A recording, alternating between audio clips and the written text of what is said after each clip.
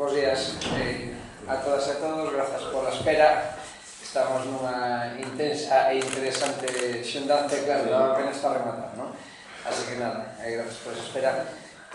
Estivemos reunidos hoxe o secretario xeral do Eixo Atlántico, máis Manolo Lago e máis eu, para o grupo parlamentario de Marea, tratando unha cuestión que levamos traballando xa meses, que é a do sector da automoción, na busca dunha estrategia industrial para Galicia que seña coherente cos intereses dun sector que para nós é estratégico, e pensamos que os contactos co Eixo Atlántico eran fundamentais na medida en que resulta unha institución de carácter transfronterizo que pode captar, coordinar e impulsar as sinerxias de todo o sector na Eurorrexión, e, por lo tanto, hoxe temos un primeiro encontro de traballo do que damos conta ahora, así que explicar toda o que falamos por aquí. Moi ben, moitas grazas, Luis, bons días. Ben, primeiro, vamos a ver isto. Gracias, perdón. Bueno, primeiro, manifestar claramente que estou encantado e moi agradecido de que nos convocaran. Vos sabedes que no Eixo convivimos todas as forzas políticas e nós temos unha regla e é que todas as forzas políticas representadas no Eixo e incluso outras que podan non estar representadas dende que sexan forzas políticas democráticas, nos estamos absolutamente abertos á colaboración e eu me reunirei con todas aquelas que os soliciten porque, a fin de contas, o que queremos é que as nosas propostas, os nosos informes e as nosas posicións sexan recollidas e debatidas o gallá pola totalidade do espectro político democrático do país. Por lo tanto, nese sentido, estou encantado deste convite, que por suposto nos estamos encantados. E, ademais, insisto, que nos parece moi positivo que Marea nos chave para contrastar estas opinións e estes debates que fai o Eixo Atlántico. E logo tamén levo unha satisfacción personal porque coincidimos prácticamente en todo o que va na lixo. Logo, lógicamente, Luis defende unhas posicións políticas, eu non defendo ninguna posición política, e vai a partir de aí, lógicamente, distinto. Pero o análise coincidimos totalmente. E eu vou explicar moi brevemente a parte que ten que ver con o que eu planexei e o que eu expliquei, e que son posicións, por outra parte, coñecidas das que os medios vos habedes feito moitas veces eco. Primeiro, e isto poño na miña boca para que non haxe ninguna confusión, non hai ninguna política de localización. Non hai. O que hai é unha absoluta falta de atractivo para investir en Galicia, que non é o mismo. Portugal non se está levando empresas de Galicia. Portugal está captando empresas porque hai unha política que vos vou a definir agora moito máis atractiva para os inversores. Punto final, eso é todo o que pasa. Pero por que Galicia non é atractiva? Por varias cousas que tedes na hemeroteca. É dicir, todo o que vos digo vades a consultar nos vosos medios.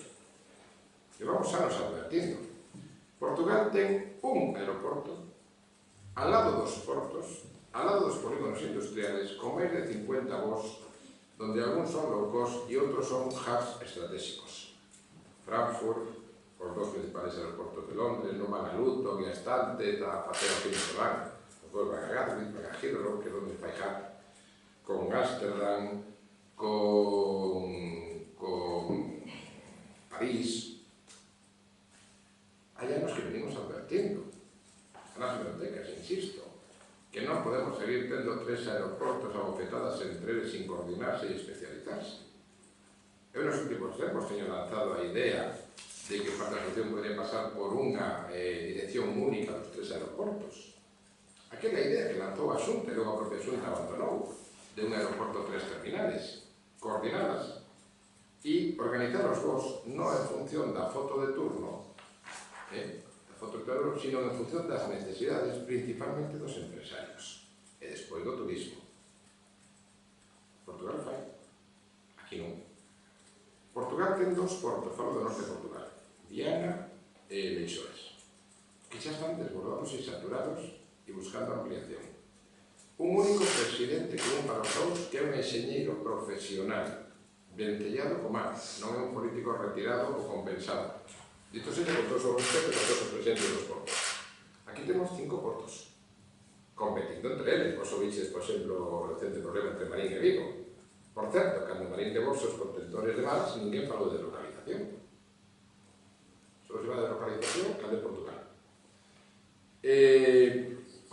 Eixores ten 2 portos secos, donde se montan os trenes de 600 metros que van para Francia. Bueno, para Francia e para o centro de Europa. Uno ten en Malón, privado, a 10 km do porto de Eixores. Outro ten en Salamanca. Vemos advertindo, non existe o porto seco de Monforte. Toda a xente que pasa por ali o sabe. E o que hai feito non é un porto seco. Cando Monforte é o espacio natural para converxer as mercadorías de todos os portos galegos, por unha cuestión de fisonomía, orográfica, e dende ali montar esos trenes de 600 metros, os novos trenes que van para Francia, que o que dá competitividade aos portos. É dicir, ningún porto galego pode montar todos os días un tren desas características. Levamos anos advertindo, porto seco non existe. Hai pouco tempo ainda presentamos o informe Lugo. Creo que incluso ha habido unha iniciativa no Parlamento. O porto seco non existe. A prisión de Salvaterra non existe. Entón, claro, falamos, por exemplo, das comunicacións. Temos dito, a comunicación ferroviaria lugo-ourense é estratégica para o país, non só para o interior. Hemos dito que a saída sur de Vigo é estratégica para facer esa comunicación Ferrol-Coruña-Lisboa, ese eixo comercial de toda a fachada atlántica cara a Mercosur e o canal de Panamá. Hai pouco tempo, eu lle mandei unha carta ao presidente da Xunta dicíndolle un presidente que é o único de España con maioría absoluta e o único veo con maioría absoluta ten que facer valer eso e colocar no ministro estas reivindicacións. Non é o AVE, es que o AVE é un gran engano, es que levamos co AVE 25 anos, es que todos os anos é o AVE, e o AVE, e o AVE. Entón, que o orzamento non é 25 anos multiplicado por, este ano se presenta, non se gasta, seguro que no ano que ven. Oiga, que pasa con a saída sur de Vigo? Estamos falando de 450 millóns de euros. Que pasa coa conexión Lugo-Ourense, 650 millóns? Que pasa coa conexión estratégica de mercadorías Monforte-Palencia? Es que todo eso costa menos de 3.000 millóns, por exemplo. E iso é fundamental, e iso é o que vai a darle competitividade ao país. Que pasa coas universidades? Es que o norte de Portugal ten unha universidade, das varias que ten unha tecnolóxica de Braga que nestos anos colocouse entre as principales de Europa. Vencida coa tecnoloxía. E esa tecnoloxía está ventellada para as empresas que están captando. Que pasa con as nosas universidades? Todos os anos peleándose por os orzamentos, por a financiación. Con que criterios se dixen as carreiras? Con criterios ventellados coa industria. Por lo tanto, podía dar máis cousas, incluso esa cousa que non llegue ao goberno. Ali os empresarios están unidos e aquí están abofetados todos os días. Están os xornales ainda de hoxe. É dicir, es que un país non se construye abofetadas todos contra todos, uno contra todos contra un, e logo va dependendo os nomes que queirades. Esa é a gran diferencia. Acaba. Que empresa está captando Portugal? Tesla. Deslocalizamos. Onde está Tesla en Galicia? Microsoft. Onde está Microsoft en Galicia? Bosch. Onde está Bosch en Galicia? Que está deslocalizando? Es que se empresa en Galicia. E as empresas potentes de Galicia non se están marchando. Están montándose tamén en Portugal, Inditex, este tipo de empresas. Por lo tanto, resumo. Primeiro, aqueles ventos que le vamos avisando traen estas tempestades. E se non se pon remedio, a cousa vai ir a peor. Insistimos, coordinación dos portos, coordinación dos aeroportos, infraestructuras estratégicas para que o país sexa competitivo, política de investigación e innovación. Exactamente que o que fai aí, exactamente canto inviste este país en I+D+I, que coordinación hai entre as universidades, as empresas e os centros tecnolóxicos, que tipo de cobertura tecnolóxica promove Antega máis alá dos PowerPoint que a súa presidenta presenta no Auditorio de Galicia delante do seu jefe. Es que a propaganda política está ben, ya fan estos, antes o fixeron os anteriores, para que non haixa ninguna dúbida de que falo de todo. Isto non é un problema de 4 anos, é un problema de máis loco. Pero as empresas, cando veñen, queren realidades. Que tipo de internet temos? Que coberturas tecnolóxicas? Que infraestructuras? E non desfacemos o tema coa man de obra que salga máis barata, que máis non é verdad que a portuguesa sexa máis barata. Non é coa reforma laboral en España, e además un enxeñeiro portugués está bastante ben pagado, e a probas que se están fichando de Alemania e non a salario de becarios. Eso é a posición e o análisis que eu transmitín, e o meu punto de vista non só sobre o que está pasando, sino por que chegamos aquí. E o que é peor, como como non hai unha estrategia de país, unha estrategia industrial de mobilidade tecnolóxica, dentro dun ano vamos a volver a vernos e as cousas ainda van a ser peores, porque ahora falamos do automóvil, pero en unos anos podemos empezar a falar do sector marítimo. Queda escrito. Gracias. Ben, a constatación que tuvemos despois da xuntanza de hoxe, que é o que levamos tamén refletindo e denunciando nas últimas semanas, é unha falta absoluta de política industrial por parte da Xunta de Galicia, non somente no sector da automoción, dos componentes da automoción, sino en xeral unha falta de política industrial.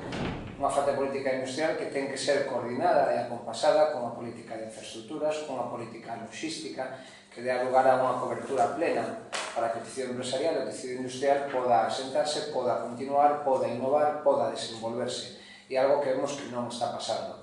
Parte das denuncias que foron aquí feitas, as vamos tamén denunciándonos no Parlamento desde que comezou esta legislatura, e por eso asumimos desde o primeiro momento a función e a responsabilidade de facer o que non fai o Goberno, promover e impulsar unha estrategia industrial para Galicia. Iso é algo que queremos levar ao Parlamento, que estamos levando ao debate social, que estamos poñendo en riba da mesa de todos os axentes que teñan algo que dicir. Falamos cos traballadores, falamos ca patronal, falamos con institucións transfronterizas como o Eixo neste caso, e o que queremos é que todo o mundo poña en riba da mesa cales son os elementos indispensables para establecer unha verdadeira política, unha verdadeira estrategia industrial para Galicia. Hoxe estuvemos intercambiando información, intercambiando puntos de vista, vimos que coincidimos sustancialmente en todas as carencias que ten a nivel infraestructural e a nivel de cobertura de falta de acción pública decidida en favor dunha estrategia. Conviñemos tamén, desde logo, un objetivo estratégico de Marea, trazar esa estrategia para todo o país. Nós queremos facer unha política de país que cree dinamismo económico, que cree emprego e que cree emprego en condicións de calidade, e iso beneficia a todo o mundo. Por suposto, tamén as empresas que se asentan, as empresas que innovan, as empresas que desenvolven. E, por lo tanto, ese vai ser o noso horizonte no curto e no medio prazo. Establecer e presentar unha estrategia en liña tamén co que se falou aquí, non só con relación ao automóvil, sino creando todas as condicións para que o tecido industrial, tamén neste caso de automoción, poda desenvolverse coherentemente. O ámbito concreto do Eixo Atlántico a nos válenos para unha cuestión moi concreta tamén, que é lanzar a Eurorrexión como unha oportunidade de competición no ámbito mundial.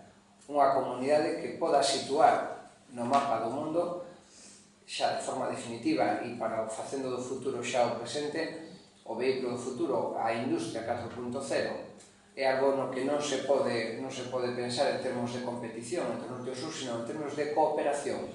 Por lo tanto, esa vai ser tamén outro dos eixos nos que nos sigamos traballando, neste caso o Eixo Atlántico, para formular un proxecto gañador, un proxecto no que todas e todos ganemos, un proxecto no que Galicia teña moito que dicir, non somente no ámbito da rexión, sino tamén no ámbito europeo, no contexto europeo, no contexto mundial. Todo isto acompañado tamén dunha reformulación clara da política de infraestructuras, tanto portuarias como viarias, ferroviarias e aeroportuarias, porque creemos que solamente con unha actuación coherente e sistemática, unha verdadeira estrategia, se pode desenvolver con garantías de futuro un sector que para nós é esencial para o noso país.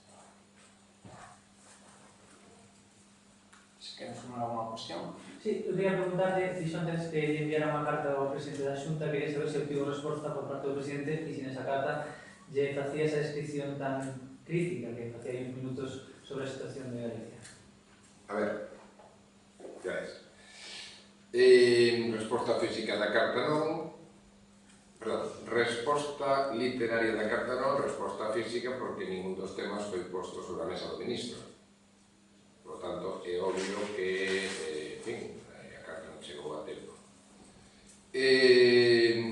Sobre esa visión tan crítica que eu resumín agora, non, a carta, bueno, a carta tedes os medios, porque nos enviamos unha copia aos medios e a maioría publicaxedes, por lo tanto, está nas bibliotecas, insisto. Isto foi na víspera, 2 días antes de que se reunira con o ministro de Fomento. Nos o que explicábamos aí era a importancia de unha carta de por medio non para un análisis político, no? Que contase, evidentemente, as consecuencias que trae non avanzar con esos temas. Pero no conxunto das intervencións que teño tido nos últimos tempos, especialmente as presentacións dos informes da provincia de Lugo e do informe da Sella Sur en Vigo, teño dito todo isto. E, por lo tanto, quero dicirte, particularmente, pero foi coñecida, e esa posición o único que fai é explicar un pouco máis detalladamente o que son as posicións políticas do eixo atlántico, que son moi claras, que vamos a defendendo esa infraestructura ferroviaria da Eurorrexión, da cual teño que decir que os portugueses xa fixeron a súa parte. A conexión até Valença xa está toda en obra e licitación para que no 2019 o Alfa Pendular, ese tren tipo Avant, chegue a fronteira. E ademais o que queremos é iso, porque levo anos dicindo, con estas hemerotecas, que nós non podemos ter un AVE entre Ferrol e Lisboa. Temos unha cidade importante cada 80 kilómetros. En que cidade non para o AVE? Vos dades conta que o AVE sale de Coruña e en 60 kilómetros para en Santiago. Sale de Santiago e ten Vila García. Pero, ainda que non para Vila García, que a ver que se atreve a plantexalo, porque é un dos portos de interés nacional, en 60 kilómetros ten Pontevedra, en 30 ten Vigo. Ou se queredes, en 80 de Santiago ten Vigo. En 70 ten Viana. En 40 ten Braga, terceira cidade do país. En 50 ten Porto. En 70 ten Aveiro. En 100 ten Coimbra. En cal desas cidades non para? Non podemos ter un AVE. É dicir, o que temos que ter é un tren. Os ingleses, o Reino Unido só ten unha liña de alta velocidade entre Dover e Calais, que é o que vai a París e a Bruselas. O que temos que ter un tren de 180 km/h, velocidade comercial 150, que estrutura as cidades. Por lo tanto, nós temos defendido sempre este mapa da Eurorrexión. Portugal xa fixo os deberes, xa están en obras. Galicia non se move un papel. Se siguen vendendo esa electrificación de 8 km entre Villarei e Tui. Como decía outro día, fantástico, vamos a ter unha nova liña internacional, Lisboa-Villarei. Para que empiece esto un pouco caricato, verdad? Porque tamén en portugués. Porto, que vamos tempo dicindo, deixen de pelearse, coordínense. Coordínense. Como fan os portos de Portugal e coordínense cos portos de Portugal, cos portos do norte de Portugal. Porque toda a fachada ibérica apenas equipara ao movimento que pode ter Rotterdam. Bueno, levamos tempo dicindo coordinemos os aeroportos, primeiro os galegos e despois con sacarneiro, en vez de andar aí que se o enemigo, que se o rival, que se o che vou dar dinheiro a ver se jorobo outro e a ver se entre todos jorobamos a Porto. Bueno, levamos tempo dicindo o interior de Galicia é fundamental, non é unha cuestión do interior, é de Galicia, conexión Lugo-Ourense de Galicia, e non só para a cohesión. O gran hándicap que ten o AVE galego, e todo isto que te estou con esta resposta tan larga, te estou contando a posición do eixo que está en posición política, está documentada, publicada, a poder baixar da web, e se non chamades ao noso reunión de prensa, pois la envían. A conexión Lugo-Ourense non é só un problema do interior, e non só un problema da industria do interior. O gran hándicap do AVE galego, todos sabemos que é a masa crítica, o que non nos quita dereito a telo. Bueno, publiquei un artigo en Cataluña cando non sei como xa cambiando tanto de nome do partido de Puyol, agora chamase Demócrata de Cataluña ou algo así, non? Bueno, cando publicou aquel artigo contra o AVE galego, publiquei un artigo sobre o tema. Claro, na medida que somos o AVE da Eurorrexión, somos un AVE de 7 millóns de habitantes, igualamos a masa crítica de Cataluña. Que decía Luis ahora, como Eurorrexión somos a terceira área urbana da Península Ibérica, primeiro Madrid, segundo Barcelona, terceiro Londres e cuarto Lisboa. E estamos entre as 10 principales de Europa, como Eurorrexión, separados non. E hai un acordo tácito en que o AVE do norte de Portugal sexa o AVE da Eurorrexión, por eso peleamos Vigo-Porto, e por eso peleamos, ahora estamos traballando sobre a conexión de carretera, de estrada, entre Bragança e Sanabria, 200.000 ciudadanos de Trás-os-Montes, que é potencialmente para o AVE galego. Pero claro, digas que toda a xente do interior, como canalizas a cidade galego? A canalizas con esa conexión. Por lo tanto, está escrito portos, aeroportos, infraestructuras, política tecnolóxica, e claro, de aí se deriva que a conclusión, que xa dixo Luis, non a dixen eu, pero que a conclusión chegamos todos a mesma. Ten que haber unha estrategia industrial, primeiro de Galicia e despois da Eurorrexión, porque o norte de Portugal sí que ten estrategia industrial. Non sei con esta resposta un pouco larga contesta todas as tuas preguntas, sí. Que fixeches as que pensabas facer. Sí, correcto. Eu quería facerle unha pregunta a Luis Villares e sobre outro asunto, sobre as oposicións en educación. Quería saber que lle parece que a Xunta manteña a incertidume sobre esa convocatoria de oferta pública de emprego. Sí, xa dixemos que nos parece unha chantaxe facer reféns aos opositores dunha situación na que non teñen culpa e pretender culpar a que non ten responsabilidades de goberno da inacción do goberno. Existe a posibilidade, desde o punto de vista xurídico, de convocar as oposicións sin ningún tipo de inseguridade. Os orzamentos quedan prorrogados automáticamente o 1 de xaneiro desde o momento en que non existen a 30 de decembro do ano anterior, o sea, existe a Constitución, por lo tanto, existe un marco normativo sobre o cal desenvolver a oferta de emprego público, por lo tanto, convocar as oposicións. A partir de aí, desde logo, o goberno, na capacidade que teña de negociar, é libre para aumentar sobre a oferta do ano pasado a modificación do artigo 20 para arriba da Lei de Orzamentos, pero en todo caso ten un marco mínimo de carácter xurídico que lle permite, en condicións de seguridade xurídica, sacar adiante as oposicións. Se non fai, é porque non quere. E se non quere facelo, o que está facendo é negar un dereito fundamental básico, que é no ámbito concreto da educación a mellora na calidade educativa. Se se sacan oposicións en ensino será porque fan falta profesores e profesoras, e fan falta porque están atendendo un dereito fundamental como o dereito á educación. Logo, se está negando ese dereito fundamental, a pesar de que fai falta ese personal, única e exclusivamente para chantaxear aos resto de grupos políticos con relación ao corpo de opositores e opositoras. E, por outra parte, se están frustrando as expectativas dunha xente que ten dereito a acceso á función pública en función do principio de mérito e capacidade e cando o interese xeral así o require, que é o caso porque faltan eses profesionais para atender un dereito fundamental. Logo, o que estamos vendo é que un Partido Popular está facendo refén cachándose sobre os dereitos fundamentais, non solamente os partidos políticos que non teñen responsabilidade de gobernar, sino, sobre todo, a unha poboación que está necesitada de atender ese dereito fundamental.